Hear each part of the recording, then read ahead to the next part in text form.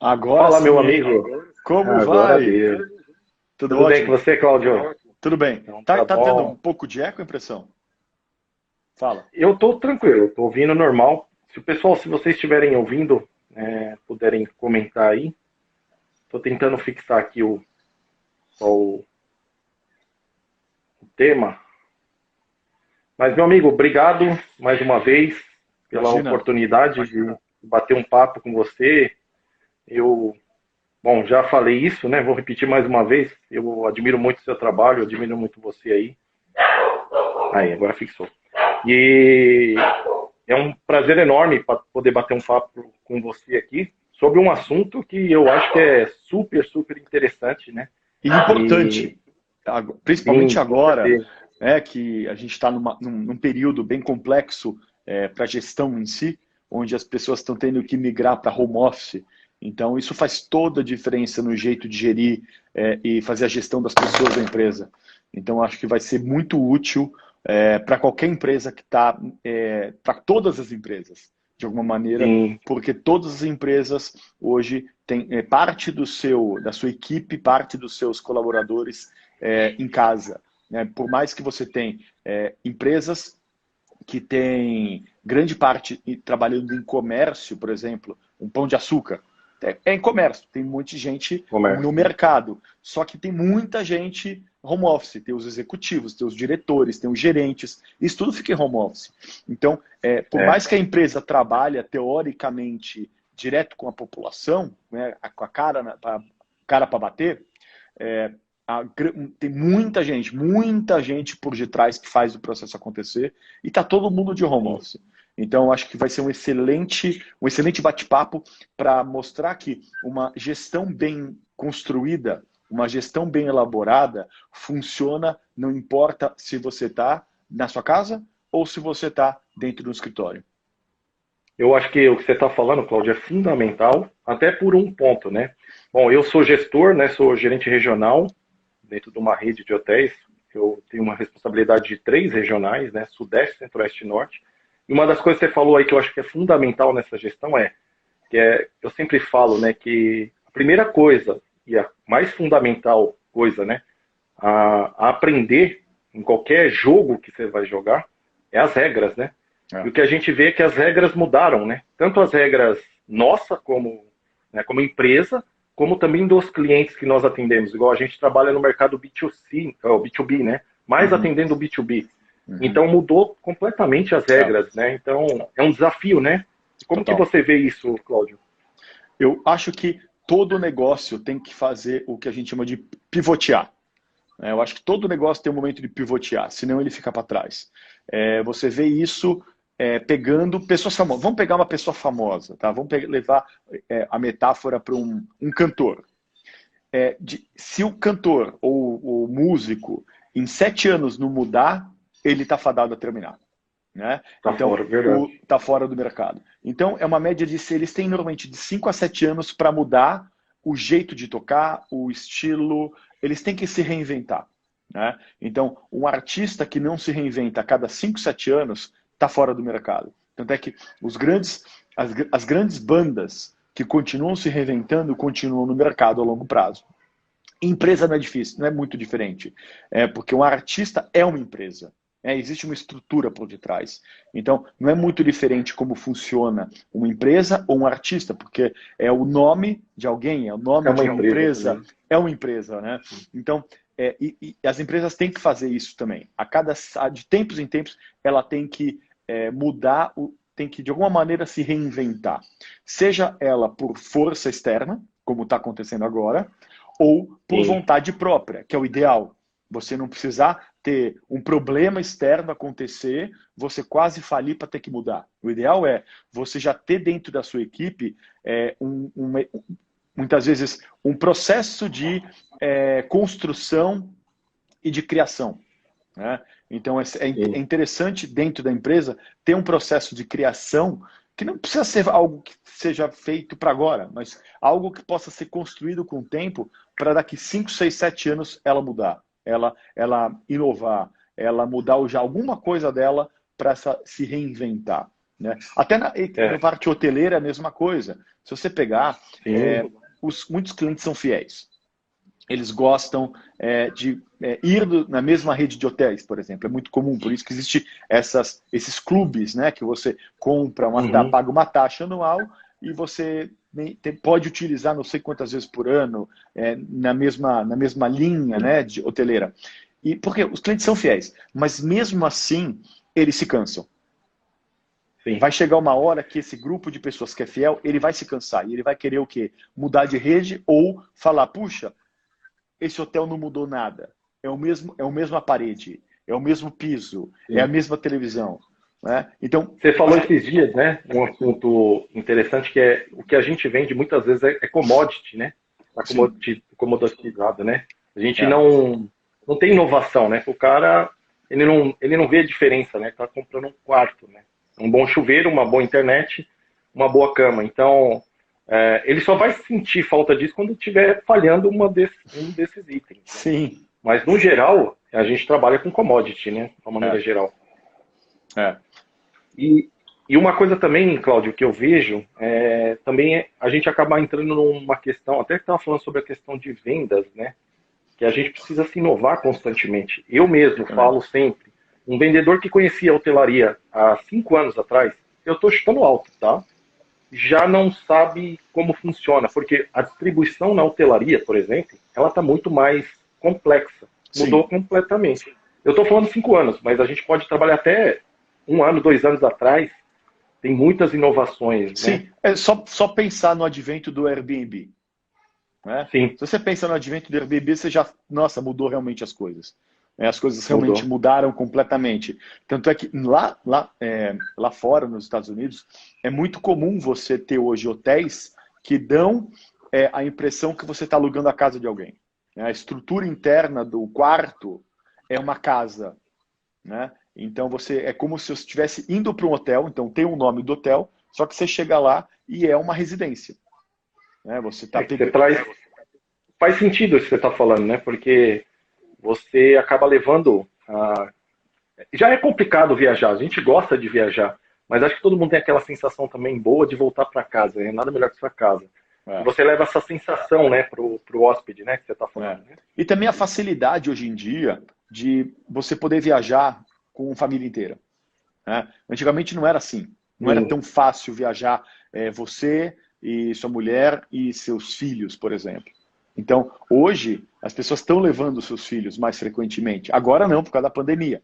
Mas até um pouco antes da pandemia, o número de crianças que viajam com os pais aumentou bruscamente nos últimos anos. Sim. Então, e não só para turismo Disney, mas turismo de verdade, de ir para o meio do mato, ir para o meio das montanhas. Então, o turismo ele facilitou muito o processo de segurança de você poder viajar com a familiar e ir para lugares inóspitos, por exemplo. Locais que não fazem parte do roteiro convencional do turismo. Né? Então isso fez com que cada vez mais famílias inteiras viajassem juntas. E nada mais confortável do que você ir para uma residência. Né? Então é muito mais confortável você ir com o seu filho para uma residência, porque o seu filho não come todo dia no restaurante, nem é saudável comer todo dia fora. Então você tem que comprar comida, fazer a comida e ter essa oportunidade de fazer isso num hotel residência auxilia muito. Por isso que tem muita gente indo para o Airbnb, não só pelo preço, que muitas vezes tem um diferencial, mas pela comodidade de você ter uma residência. Então algumas redes hoteleiras que eu conheço lá fora já perceberam isso há um tempo e reconstruíram as partes internas dos quartos para se parecerem com uma residência e com a comodidade de você ter uma cozinha, de você ter coisas para você fazer. Isso é reinventar, isso é se adaptar. Isso que você estava falando é fundamental e como profissional da hotelaria, a gente também, nas redes, né, nos hotéis, a gente vem fazendo isso. Isso é um conceito que vem crescendo muito, inclusive tem até nome. E mais interessante que você está falando, um exemplo, a rede que eu trabalho mesmo, é uma rede que originária lá do Sul, mas hoje está no Brasil inteiro. E a gente começou a trabalhar um conceito de levar o estilo de vida do hóspede junto com ele. Então, um Perfeito. exemplo, a gente tem um programa que é feito junto com um profissional renomado de corrida, por exemplo. Então, um exemplo, você que corre, você vai para um hotel, por exemplo, vai dar um exemplo aqui para Manaus, para Vitória, e você não conhece a região, você tem no Strava um roteiro já previamente estabelecido. Sim. Então, assim, a gente começou a trabalhar também, nós fomos a primeira rede a inserir o hambúrguer do futuro, que é aquele vegano, enfim. E aí tem tudo a ver com o que você está falando sobre a ótica de se reinventar constantemente, né? Sim, para Não ter ficar uma ideia, esperando. agora que você É, falou do hambúrguer vegano, eu fui para a Índia faz 10 anos atrás. E quando eu estava em Agra, que é onde tem a cidade de Taj Mahal, a gente uhum, ficou. Os hotéis lá são todos hotéis faraônicos, né? tá. E interessante que no hotel faraônico, o hotel que a gente ficou lá em Agra, eles serviam hambúrguer de boi. De boi. De boi. E foi o único local da Índia, eu fiquei 12 dias na Índia, não, mais 15 dias na Índia, com meu irmão, e rodando vários locais diferentes, não só esses pontos turísticos, mas pontos inóspitos, do meio da selva do Mowgli, enfim, e para fazer o Uhum, safari fotográfico com tigres selvagens, enfim. E que legal. e lá em Agra teve a oportunidade, foi a primeira oportunidade que a gente teve na Índia de comer carne de boi. Porque lá não pode, lá o boi é A sagrado. vaca A vaca sagrada, é né? sagrada, É, né? verdade. Então tanto é que lá tem McDonald's, e o McDonald's só tem o quê? Chicken McNuggets, chicken fries, chicken, é só frango, né? O McDonald's de lá é tudo frango, né? Não tem carne, não tem o Big Mac lá. O Big Mac deles tem frango, Entendi, né? E entendi. interessante porque a rede hoteleira que eu fiquei, esse hotel especificamente, por mais que o país fala, ó, aqui você não pode comer Vaca. boi, Uhum. eles disponibilizavam para turista. Né? Ou melhor, a experiência que ele estava criando para o turista. Tanto é que eu e o meu Ou irmão, a seja, gente ele. comeu, a gente, óbvio que a gente aproveitou para comer carne de boi. E a gente ficou assim, meio que tipo, olhando para o lado para ver se não tinha nenhum Ninguém garçom vai que ia ver. matar a gente, bater na gente, porque a gente escolheu o boi, sabe? Mas foi Mas olha que interessante. interessante, você tá falando sobre uma coisa que é se colocar no. Eu gravei esses dias aí um vídeo falando sobre não tá, que tem aquele ditado que fala, trate as pessoas como você gostaria de ser tratado. Uhum. E eu sou meio contra isso, eu inverto, né? Trate as pessoas como elas gostariam de ser tratadas, né? E olha Sim. só que interessante, mesmo você estando num país que é sagrado, eles estão pensando que o turista que está vindo ali, ele é carnívoro, ele come carne de boi, né? Então, isso é pensar além. Isso é uma coisa também, Cláudio, que eu vejo muito, que às vezes a gente tem uma dificuldade, você que é um cara que estuda muito sobre isso, às vezes a gente esquece que a gente também é cliente, que a gente é consumidor. Quando Sim. a gente está do outro lado, né? A gente está aqui, eu falo sempre assim para o hoteleiro, né? O cara é hoteleiro e pensa com cabeça de hoteleiro, né? Eu vou te dar um exemplo aqui. Peguei um hotel nosso no sul e o cara, sem avisar, foi e reformou um andar e colocou tipo um porcelanato. E ele foi mostrar pra gente e falou: Nossa, olha que legal, fica mais fácil para limpar. Na hora me veio na cabeça assim: Poxa, imagina uma mulher 5 horas da manhã com o carrinho rodando aqui, batendo o salto, né? Toque, toque, toque. Vai acordar todo mundo. Tipo, não pensou, né, sobre a ótica do cliente. E por que a gente tem essa dificuldade, né? Não sei se você tem essa Eu resposta acho ou essa análise. que não é que a gente tenha dificuldade, é que a gente só tem o nosso jeito de ver. Não tem como o seu cérebro ver a ótica do outro se a minha experiência não é a do outro. Então é complexo mesmo. É um processo complexo, Sim, né? Tanto é que é uma arte você conseguir é, se colocar nos pés do outro. É uma arte isso, né? As pessoas têm que ser treinadas a isso. Uma criança não é natural para uma criança, um bebê se colocar no pé se colocar na posição dos pais. Não é natural do ser humano isso, de verdade. Por quê? Imagina um bebê que se coloca no lugar dos pais, seria totalmente não natural. Ele não sobreviveria. Porque, eu tô com sim. fome, mas, puxa, eu vou acordar minha mãe. E aí ele fica passando fome no chamego. Não, ele tá com fome, ele tá com fedido e ele está molhado, ele vai fazer o que for necessário para resolver o problema dele, né? E tanto é que esse processo de se colocar na pele do outro é muito mais algo da nossa sociedade atual, que é da nossa sociedade atual não, mas a nossa sociedade que foi sendo construída nos últimos 2.000 anos, né? Que foi forçando essa necessidade de se colocar no papel do outro por uma necessidade de sobrevivência em sociedade. Então, a gente hoje faz isso muito mais porque a gente sabe que não sobreviveríamos sozinho, né?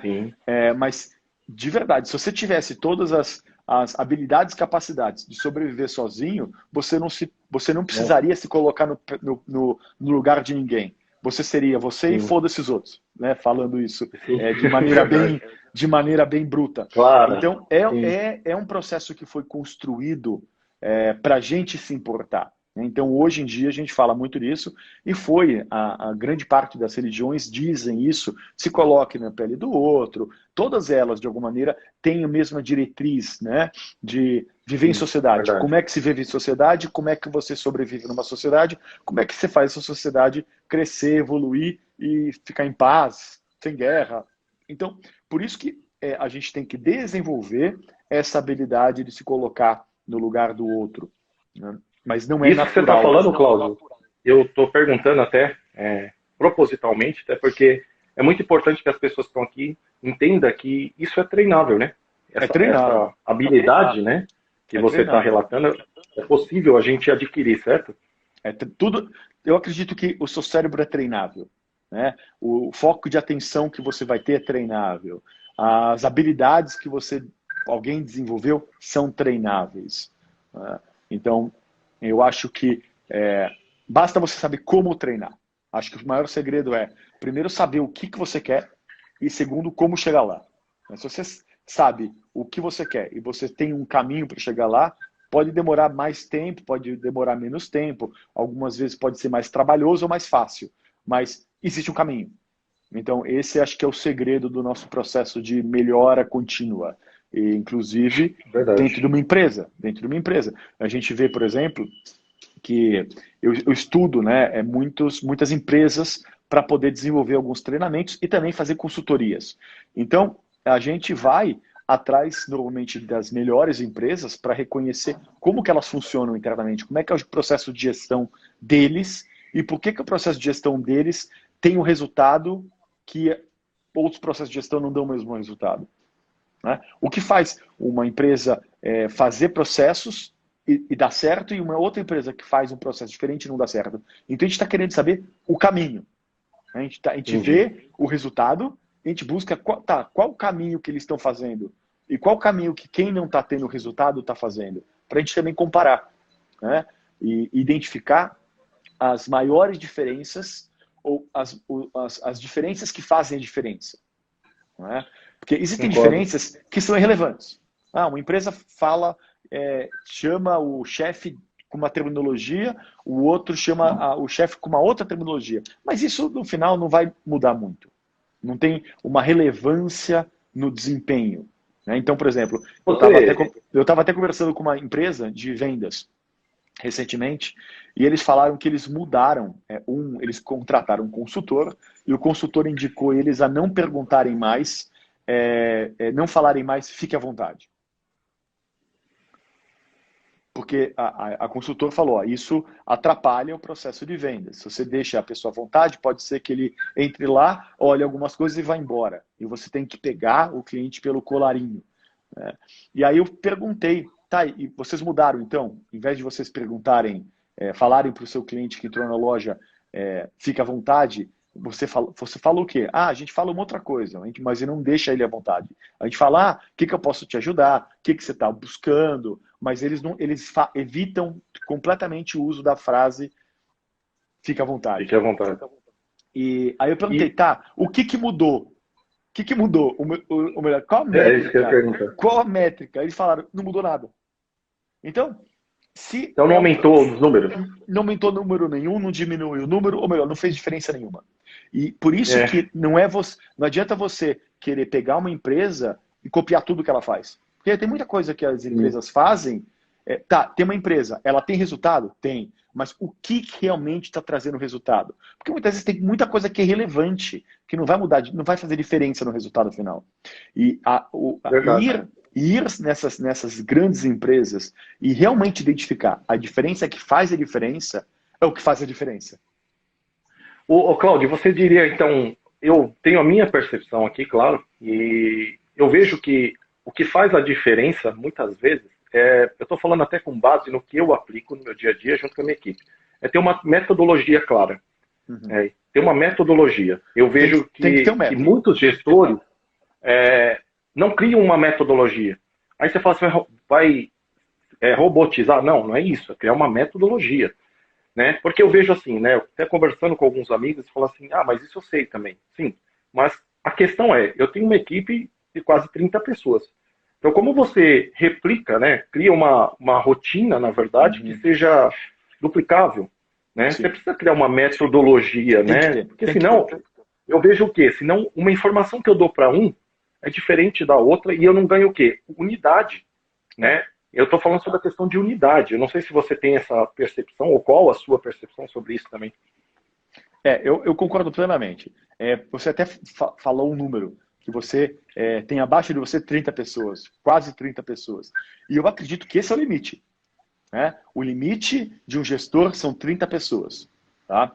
Porque um gestor bem capacitado, ele não consegue separar, ele começa a generalizar o comportamento e o jeito de tratar acima de 30 pessoas.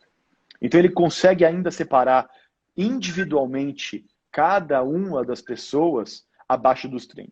Então, chegou nos Concordo. 30, eu começo a motivar as pessoas de maneira similar, eu começo a treinar as pessoas de maneira similar e conversar de maneira similar. Abaixo dos 30, eu ainda consigo fazer uma gestão individualizada. Então, o que você precisa ter? É uma metodologia. Se você quer crescer, você não vai conseguir.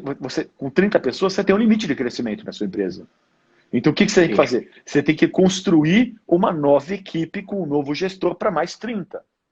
Então, você vai construindo várias equipes ou vários gestores de 30 pessoas, né? E talvez um gestor acima que vai pegar e trabalhar os 30 gestores que gerem 30 colaboradores. O que você está falando é fundamental. Termina, desculpa, Cláudio, Não, pode terminar o seu raciocínio. É isso mesmo. O que você está falando é uma coisa que também passa por uma ótica que eu tenho, né? Que é o quê? Eu vejo muitos gestores, e aí é uma diferença muito grande de autoridade e autoritarismo, que é uma diferença tremenda, né? O oposto. E eu vejo muitos gestores também que querem centralizar muito as coisas, né? Eu vira e mexe me pergunto assim, mas como que você dá tanta autonomia assim para a equipe? Né? Primeiro, porque eu confio na equipe. Segundo, eu que escolho a equipe. Se eu não confiar na equipe, eu sou um péssimo gestor, eu tenho que confiar na minha equipe, né? Sim. E terceiro, que eu empodero a equipe, né? Porque basicamente, esses dias eu estava refletindo, como gestor, o que eu mais faço? Eu faço mais perguntas que respostas, Cláudio. Às vezes a equipe vem com uma questão, eu faço umas 4, 5 perguntas, e a resposta, quem dá é a própria pessoa que está na minha frente. Eles que estão na pele, eles estão vivenciando a situação, o problema. Né? E muitas vezes a função do gestor é direcionar a atenção ou o foco da equipe para o local correto só. Mas quem vai chegar com a conclusão são eles. E até melhor, porque uma vez que eles percebem que eles eles fazem parte do processo de decisão, eles sentem que eles fazem parte. Eles não são só mais uma pecinha na empresa. Eles fazem parte da equipe, eles fazem parte da empresa. Eles tomam decisão. É como se a decisão da empresa eles estão tomando junto. É igual quando isso uma faz empresa... sentido, né? Por causa só estou complementando. Por causa também do cliente, né? O cliente ele também quer sentir isso, né? Que está falando com o decisor, né? Sim. Pode falar, desculpa. Então, uma vez que você tem uma equipe que... Vamos lá. Se você tem uma empresa e a construção da cultura da empresa foi construída de baixo para cima, a tendência é que todo mundo compra. Se a estrutura de cultura da empresa veio de cima para baixo, a tendência é que pouca gente É mais conheça. difícil. É mais difícil. Verdade. Então, por isso que, por exemplo, teve uma vez que a gente foi numa empresa multinacional e a gente teve que construir um manual para eles trabalharem num sistema novo que estava sendo implementado. E a gente foi construir esse manual. E quem ajudou a gente a construir o manual foi a própria equipe que estava trabalhando no sistema. Porque a linguagem é a deles, o vocabulário era o deles. Então, o manual inteiro foi construído com o vocabulário que eles usam no dia a dia, com o raciocínio lógico que eles têm e com a sequência que eles acreditavam ser a melhor. Porque quem vai usar o manual são eles, ou pessoas similares a eles. Não é o gerente. O gerente não precisa saber ler o manual. Quem precisa saber usar o manual não, verdade. é quem vai usar o manual, quem vai usar a máquina. Né? Então, e você dá mais força, né? Você até me fez lembrar uma palestra da Luísa Trajano, que ela... foi até engraçado, que ela falou que quando ela deu o clique na cabeça dela, né, foi que ela contratou um consultor amigo dela, o cara passou, acho que, sei lá, algumas horas lá dentro e falou assim, eu já resolvi. Ela, como assim? Não, eu preciso fazer uma pergunta para você. Você quer ser feliz ou quer ter razão? Aí ela falou assim, como assim? Quero ser feliz. Então ouça os seus funcionários, porque todas as respostas estão aí. Tanto aí que nasceu aquele slogan, vem ser feliz, né? Que é o bordão da Magazine Luiza. Então, eu fiquei pensando, eu falei, caramba, que legal. Se você parar para analisar o que você está falando, você vai fazer um manual para aquelas pessoas utilizarem, nada melhor do que usar a linguagem que é replicável, né? Que as pessoas vão conseguir entender, né? Sim, é um exemplo muito... Então, por isso que você pega o próprio pessoal que vai usar a máquina para construir o próprio manual. Porque aí eles mesmos vão entender como o manual é lido, qual é a sequência melhor para eles, a linguagem que vai ser utilizada. Não adianta, por exemplo, pegar uma linguagem rebuscada que ele não vai conseguir muitas vezes. Se ele é colarinho branco, não, colarinho azul, né? Se ele é colarinho azul, ele não vai ter condições muitas vezes de fazer uma leitura de um material rebuscado, de manual internacional rebuscado. Não é para ele. Ele não vai compreender. Né? Sim, então, verdade. Então, a comunicação tem que estar batendo com quem está recebendo a comunicação. Sempre. Verdade. E você estava falando um pouco anteriormente sobre por que muitos gestores seguram, né, não sabem delegar ou centralizam o processo. Eu acredito que eles não sabem confiar na equipe. É um problema que eles têm. Eles têm uma dificuldade muito grande de confiar na equipe. Por alguns fatores. Histórico, por exemplo. Muitas vezes o histórico dele é de péssimos funcionários.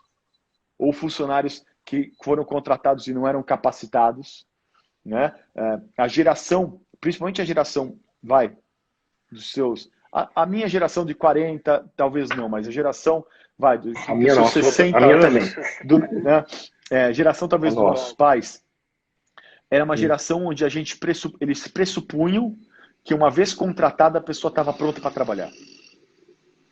Então, quando eles contratavam alguém, eles já presumiam que a pessoa sabia fazer. Então, o que acabava acontecendo? Eu contratei um cara de contabilidade, porque eu sei que ele sabe fazer, porque afinal de contas ele é um contador. Então, o que eles faziam? Botava o cara para trabalhar, botava, sua sala é essa. Começa. Se vira. Só que o que acabava acontecendo? Talvez ele soubesse se virar numa empresa diferente dessa, com estruturas diferentes dessas, com sistemas diferentes dessas, com um jeito de trabalhar diferente desse. Então, muitas vezes, ele chegava lá, sentava na cadeira e falava, e aí, por onde começo? Não sei nem por onde começar. Mas o chefe presumia que ele já deveria saber tudo isso, porque afinal de contas, ele é contador, ele é advogado, ele é engenheiro, Então, e acaba acontecendo quando eu não dou uma diretriz específica para um funcionário, para um cooperador ou para um colaborador, a tendência é que a pessoa faça do jeito dele. E muitas vezes a empresa já tem um jeito específico de funcionar ou um jeito específico de trabalhar. E aí eu dava o quê? Dava problema, dava conflito. E cria um abismo também, né? Pode criar um abismo muito grande, né? Que a pessoa fica perdida. Eu vejo isso. Pode falar. Aí o chefe olhava o trabalho do funcionário né? Antigamente chamava-se de funcionário, hoje a gente fala colaborador. Colaborador. Mas antigamente era o quê? Meu funcionário é um lixo. Meu funcionário fez errado. Meu funcionário não sei o que mais. Porque ele presumia que ele tinha que saber fazer de início. Sim. Né? Então, isso acabava e hoje eu vejo que puxa, eu mudou, tenho um monte né? de funcionário ruim. Então, eu não posso confiar no meu funcionário, porque eu sei que eles são ruins. Então, eu tenho que ver tudo que eles estão fazendo o tempo todo. Eu não posso delegar e deixar solto, porque eu sei que se eu não ficar o tempo todo de olho, eu vou ter problemas. Então, os gestores de antigamente, eles faziam microgerenciamento. Eles tinham que fazer o que eles faziam e tinham que fazer também o que os outros estavam fazendo. Então, a gente tinha que revisar, né? Revisar. É o microgerenciamento. E isso dá muito trabalho. Ou a produtividade desse cara cai muito. E eu vejo uma coisa também importante, Cláudio, eu vejo até hoje dentro da hotelaria, tá? Há uma miopia também sobre a ótica do trabalho, ou melhor, do objetivo final daquela função. Sim. Eu vejo muitos ainda, gerentes gerais, inclusive, dentro da hotelaria, que ainda tem uma visão que acha que o papel do vendedor é estar na rua visitando o cliente. No cenário que a gente está vivendo hoje, está muito claro que não é isso. O trabalho de vendedor é trazer resultado. Trazer resultado. Como você vai trazer? Está aí um insight sale para mostrar que é muito mais... até custa muito menos para uma empresa ter uma estrutura trabalhando da forma que a gente está fazendo hoje. Hoje minha equipe inteira está trabalhando home office, né? E a gente está correndo atrás, falando com o cliente. Só que a gente começou a mudar agora não, já mais de um ano que a gente vem trabalhando nesse formato. Tanto quando aconteceu a pandemia, a equipe já sabia fazer esse trabalho. A gente já trabalhava com videoconferência, a gente usava já estavam na frente, né?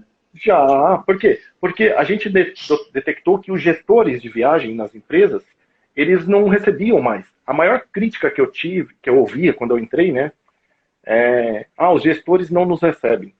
Aí eu falei, claro, se você acha que ele vai lá para tomar um café, e eu cheguei numa compreensão, Cláudio, que para você receber um cliente, o cliente tem que ter pelo menos uma hora. O cliente que eu estou falando é um gestor de uma multinacional, por exemplo, que cuida de viagens. Porque eu cheguei numa compreensão que, até conversando com a minha equipe, você chega lá, nós não somos igual ao europeu, então a gente tem aqueles, vamos falar, 20 minutos pelo menos de amenidade. O cara tem que preparar uma sala. O cara, né, tem que gastar pelo menos uma hora do dia dele. Só que ele não vende, ele não trabalha só com viagens, ele faz todo o processo de compra da empresa. Então, assim, a gente vê que falta um pouco, e aí você é perito nisso, e eu queria que você falasse um pouquinho, eu vejo que o grande problema das equipes estão nos gestores. E eu estou colocando porque concordo plenamente. Concordo plenamente. Eu acho que o problema é o gestor. O gestor tem que saber construir uma equipe. Não existe equipe. Na realidade, não existem equipes. As equipes não existem, tá? O que existe é uma construção de uma equipe.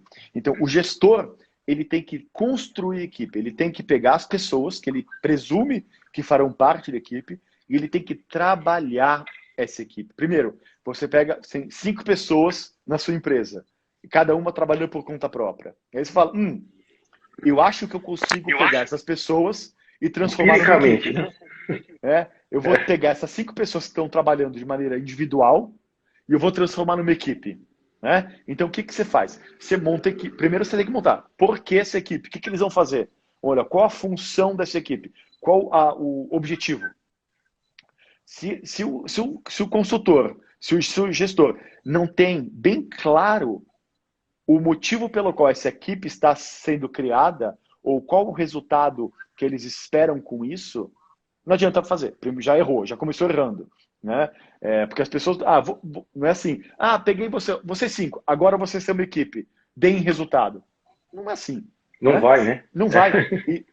E tem até um ciclo de emoção que acontece.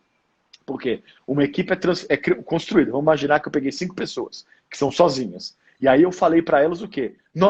Vocês têm um objetivo. Normalmente, o começo de uma equipe, existe uma grande motivação. Tá? Existe uma grande motivação de uau! Somos um time, somos uma equipe. Então, existe um alto pico emocional. Um pico emocional. Só que o que acontece nesse pico? As pessoas, elas criam uma expectativa? Uma expectativa muito maior do que a realidade. Por quê? A equipe não é equipe. O que é uma equipe? pessoas que se conhecem, sabem e reconhecem a competência dos demais para fazer ajuste de competências e ter resultado. E isso leva tempo. Então, o que acaba acontecendo? Verdade. Eles têm um pico emocional. Uau, yeah! E, de repente, eles percebem que eles não estão tendo resultado. Porque eles não se reconhecem ainda. Eles não conhecem ainda as fraquezas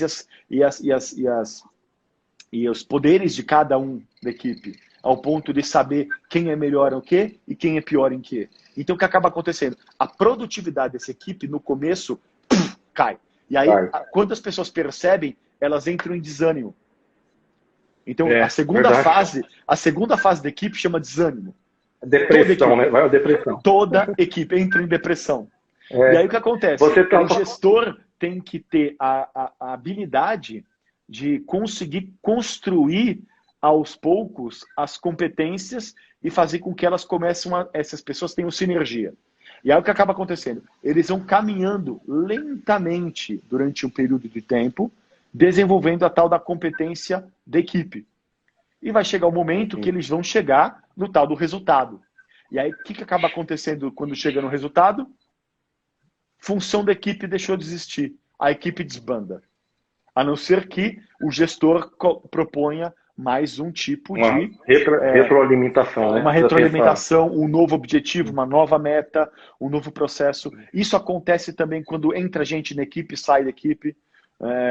Você falou um negócio que eu vejo, né, e até lendo, estudando, eu vi que tem muitas pessoas, e até líderes, e até empresas, né, que sabem o que fazem e sabem como fazem, mas o porquê. E esses tempos atrás, né, claro, refletindo junto com a minha equipe, eu vejo que as pessoas, elas não se movem pelo um porquê da empresa, mas sim pelo seu porquê. Quando ela se vê dentro daquele processo. Sim. E eu queria que você falasse sobre assim, o que você vê que seria realmente o papel de um gestor de alta performance mesmo.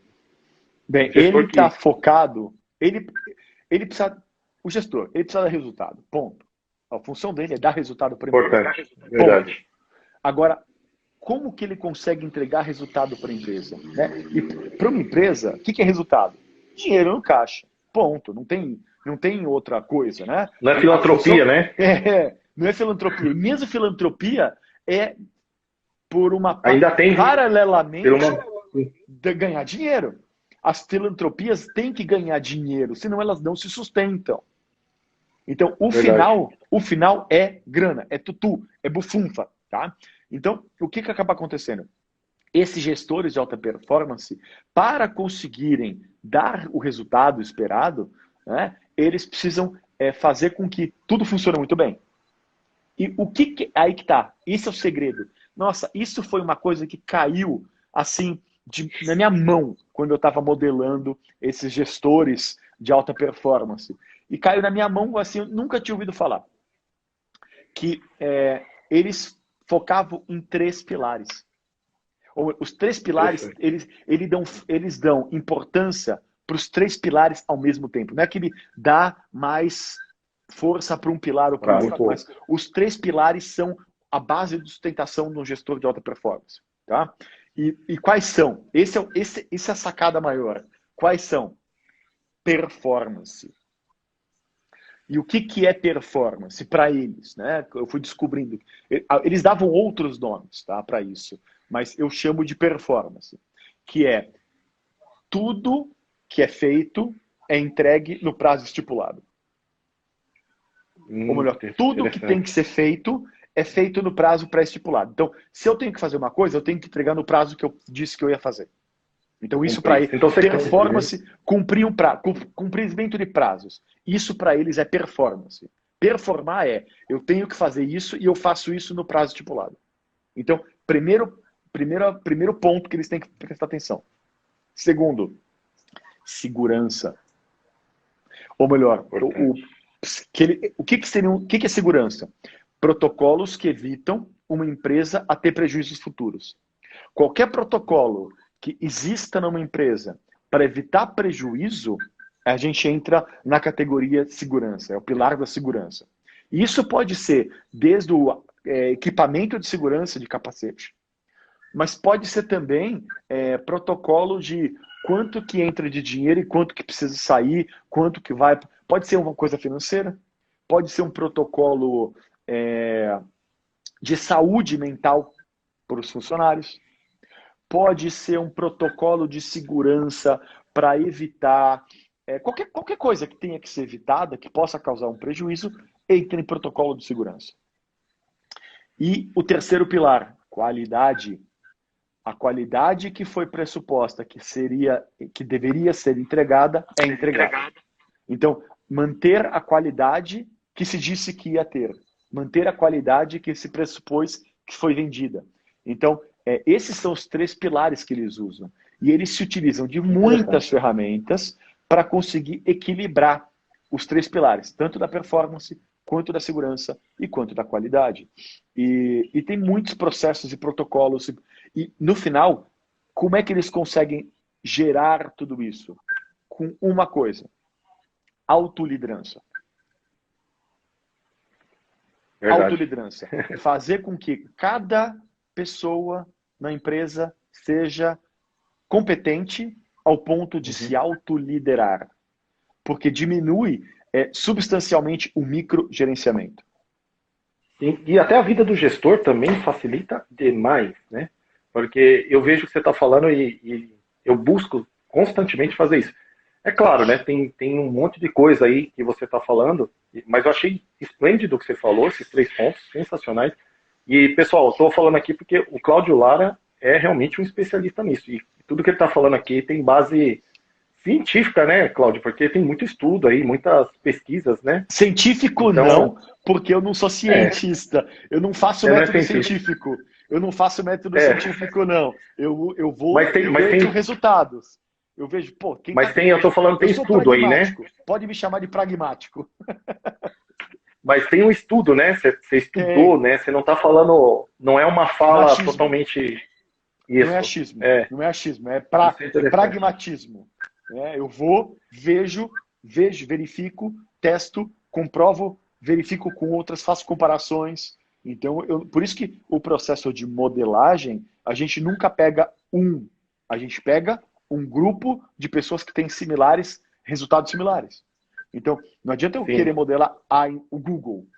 Eu tenho que modelar 20 empresas do padrão Google para pegar o padrão que funciona. Que é a diferença que faz a diferença. Você está falando uma coisa que eu fiz, Cláudio, quando eu comecei com a minha equipe. Na verdade, eu já trabalhei nessa rede há 11 anos atrás. E eu voltei agora numa outra função e com um desafio bem maior. E uma das coisas que eu fiz, Cláudio, foi muito interessante. Eu estava no avião, indo, não me lembro para onde eu estava indo, porque ano passado eu viajei quase 29 vezes. Então eu estava indo para algum lugar e avião sempre foi o meu momento de criação. Não tem celular, não tem nada, eu vou ler, pegava meu Kindle e vou lendo e anotando. E uma das coisas que eu fiz foi exatamente isso. Eu tive um insight, e aí na hora que eu desci, eu comecei já a escrever, né? Eu uso um gestor de projetos, fiquei anotando. E o que eu fiz? Eu entrei em contato com vários gestores de equipes da hotelaria, dos Estados Unidos e da Europa. Aí você fala, como? Eu criei um script, né, do que eu queria, chamativo, fui no LinkedIn e comecei a contactar quem eu conhecia e quem não conhecia, que era da Europa e dos Estados Unidos. Por quê? Porque esses 2 mercados na minha área, não é só na minha área, né? São referências em muita coisa, né, de novidades. E eu comecei a questionar, falei, cara, como que esses caras trabalham, né? E eu cheguei, o modelo atual na qual hoje a gente trabalha dentro da rede, né, inclusive é um modelo que deu muito resultado antes da pandemia até, foi modelado em cima dessas percepções, né? De uma maneira totalmente empírica, claro, sim. Foi uma ideia que eu tive, mas é muito interessante o que você está falando, porque você vê que são mudanças pequenas que eles fazem, sim. Né? Sim. Não são algo gigantesco, são algumas mudanças, mas mudanças realmente estruturais, eu diria assim, né? Que é o que você está falando, né? Porque o risco, se você pensar, essa ideia de que a empresa arriscou, não existe risco numa empresa, tá? O que existe é risco calculado. É sempre risco calculado. As empresas que dão certo fazem o que a gente chama de risco calculado. Elas montam por exemplo, um modelo e eles testam o modelo num grupo pequeno Então, por exemplo, se é uma rede hoteleira que tem 70 hotéis, eles vão pegar um hotel para testar esse modelo novo de trabalhar, de gerir, enfim. Eles vão fazer microtestes, né? No marketing, eles falam muito de teste AB para pequenos grupos. Mas é a mesma coisa. Eles fazem esses pequenos testes constantemente. Tem um processo criativo na empresa, eles falam, poxa, tem uma ideia legal, tem um processo legal, vamos experimentar no hotel X. E eles vão lá, experimentam no hotel X, que o risco para a empresa é pequeno. Né? Eles estão experimentando num hotel 1 de 70, é um risco pequeno que eles estão correndo para o processo de inovação. Sim. E eles fazem o teste, aí eles verificam, opa, deu certo, ou não deu certo, volta atrás. Faz os ajustes. Faz o ajuste. Entendi. Então eles fazem, aí sim, opa, funcionou, bum, vamos começar, vamos pegar 2, vamos pegar 4, vamos pegar 10, e de repente... Aí você vai replicando, né? Aí você vai replicando. Então é o mesmo processo. Quando eu fui para a Indonésia ministrar o treinamento de gestão de alta performance, a gente foi para uma grande empresa de logística. Eles têm um porto na Indonésia, é um dos maiores portos da Ásia. E eles são em 75 mil pessoas que trabalham na empresa. Nossa, 75 mil pessoas. É muita gente. Tá? É uma empresa monstruosa, logística. Eles têm navio, eles têm cargueiro, eles têm plataformas de... É verticalizado o negócio. E a gente começou trabalhando com 100 pessoas.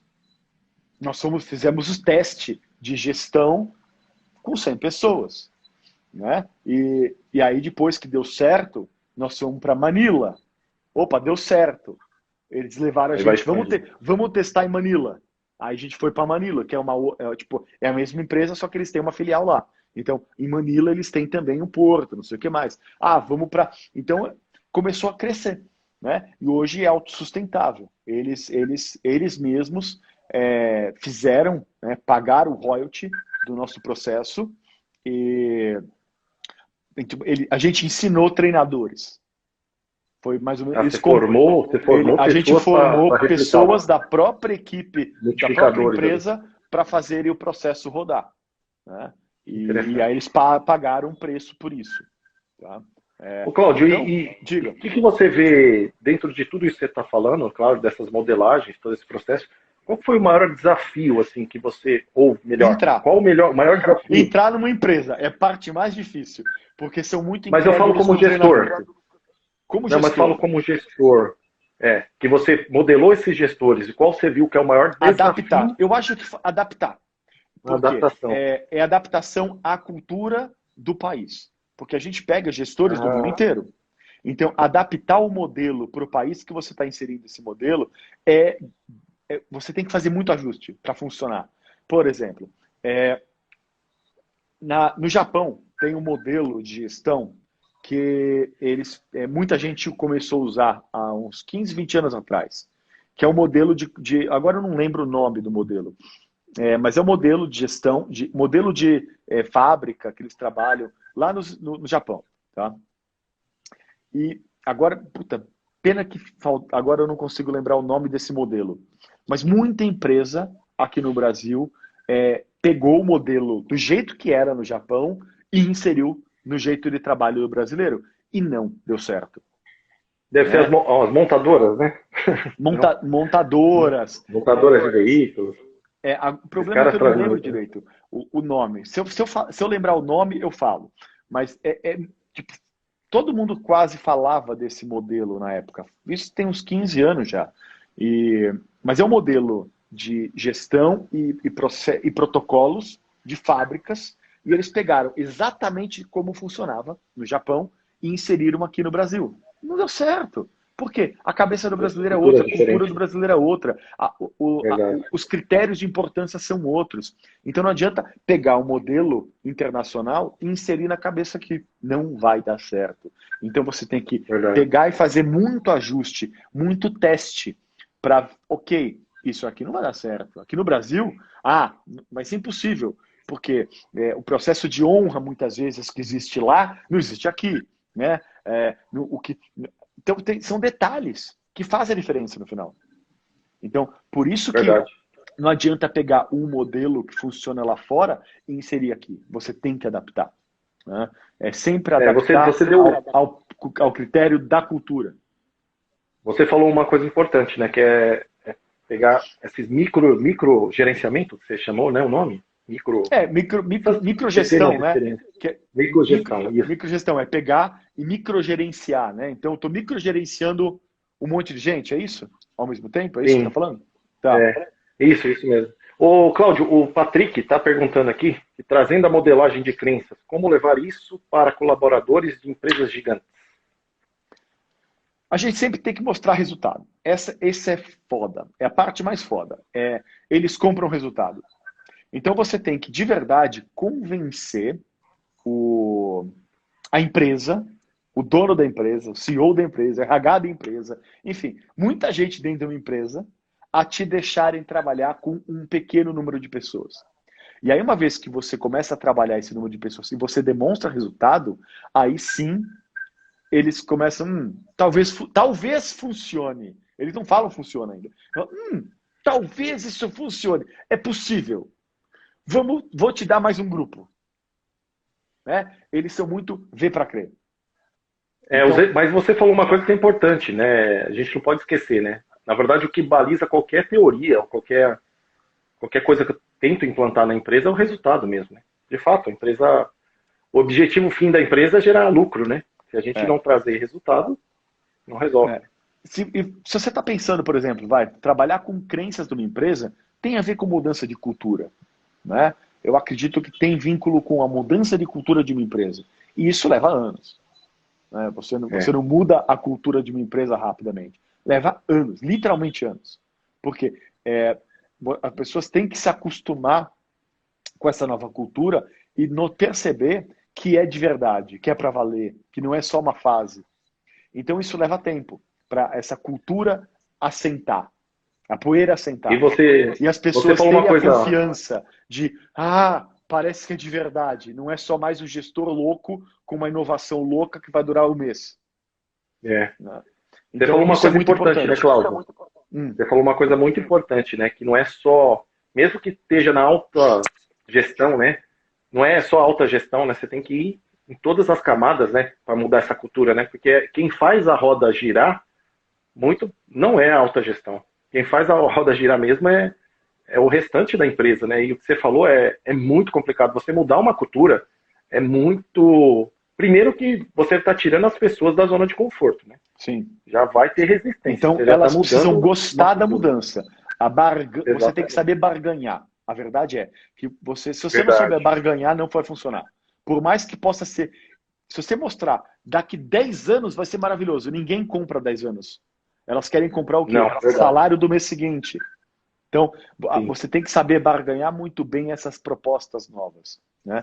E todo esse modelo, né, a gente está batendo papo sobre esse modelo de gestão de alta performance, é possível você fazer. Né? Já tiveram empresas que fizeram, funcionou, não só uma vez, como várias vezes, então é comprovado que funciona. Né? Não é fácil? Não é fácil. São processos e processos e processos que devem ser estabelecidos. Tem um novo jeito de lidar com os colaboradores da empresa, processo de confiança que tem que ser construído entre o gestor e os colaboradores. Então é um processo longo. Né? Sim, por isso que a gente fala que esse processo o processo que a gente faz demora são 2 anos, a gente, no mínimo, dentro de uma empresa. Né? São 2 anos para fazer essa mudança total. São 2 anos trabalhando numa empresa para chegar nesse resultado que a gente quer. Mas vale a pena. Vale a pena, porque a empresa sai de um nível e vai para outra categoria. Né? A empresa pula de categoria. Né? Ela sai do nível medíocre, muitas vezes, e vai para o nível de alta performance. Né? É como se um jogador amador se transformasse num jogador profissional. E alta performance tem que ter resultado, né? É resultado, né? Alta performance tem que ter resultado. Não dá para ser alta performance sem resultado, né? Isso é uma confusão que as pessoas têm, né? E você está falando uma coisa que eu acho super importante, que eu sempre busquei criar dentro da minha equipe, nas minhas equipes, né? É um ambiente de segurança psicológica, Cláudio, Sim. onde eu vejo que muitos gestores falham, que é não colocar o erro como parte integrante da experiência ali do processo. Sim. Você falou agora, né? Pegar pequenos, você vai fazer experiências, e experiências têm erro. Mas tem muitos gestores que não admitem erro. E aí as pessoas não compartilham para aumentar, Sim. né, essa nova cultura, né? Pelo menos a percepção e visão que eu tenho sobre isso, né? E tanto é que quando a gente vai, por exemplo, numa empresa fazer esse trabalho, né, que é um trabalho gigante, não sou só eu, tem outras pessoas Uma envolvidas, outros equipe, né? treinadores Claro. envolvidos, são em 5 fases. São 5 fases de processo. E, por um acaso, no dia 20, 21 e 22, agora de julho, eu vou estar ministrando, né, por Zoom, ao vivo, como a gente faz a primeira fase. Né? Então, Que bacana. a primeira fase, né, do processo, a gente chama de autogestão. Então, é onde a gente insere o modelo de autogestão na empresa.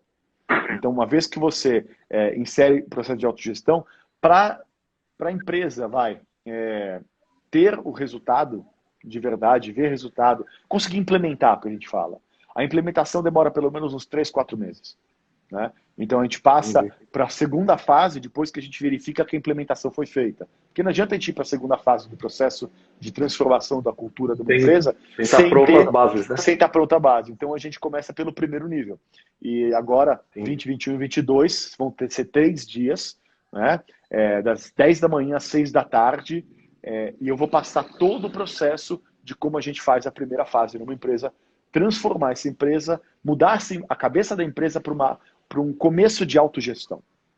Né? Eu estou super animado, porque é muito legal. E eu tenho que contar aqui meu relato, que eu participei do último curso do Cláudio Lara, né, de PNL em Vendas, e realmente, quem tiver a oportunidade, faça, porque não é porque você está aqui na minha frente, não, mas é de verdade a sua didática, a sua forma, e principalmente você traz muitos exemplos, né, e eu acho que isso engrandece demais essa experiência, né, da gente fazer essa modelagem mesmo, né, eu acho que é muito interessante.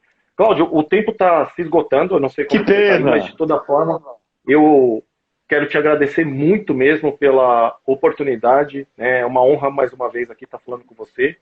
Vou pensar em também estar fazendo esse próximo curso, né, eu tenho um apreço muito grande aí pelo seu conhecimento. E te agradeço demais aí pela oportunidade. O Marcos ali, o Marcos falou que também participou, ele estava lá no Gmail. Ah, é verdade, estava mesmo. Tem razão, verdade, Marcos. Então, meu amigo, obrigado. Se você quiser deixar, falta 17 segundos, mas se você quiser deixar uma mensagem aí. Espero que todos vocês façam esse treinamento do 20, 21, 22, porque é um treinamento que vai mudar de verdade o seu jeito de ser gestor ou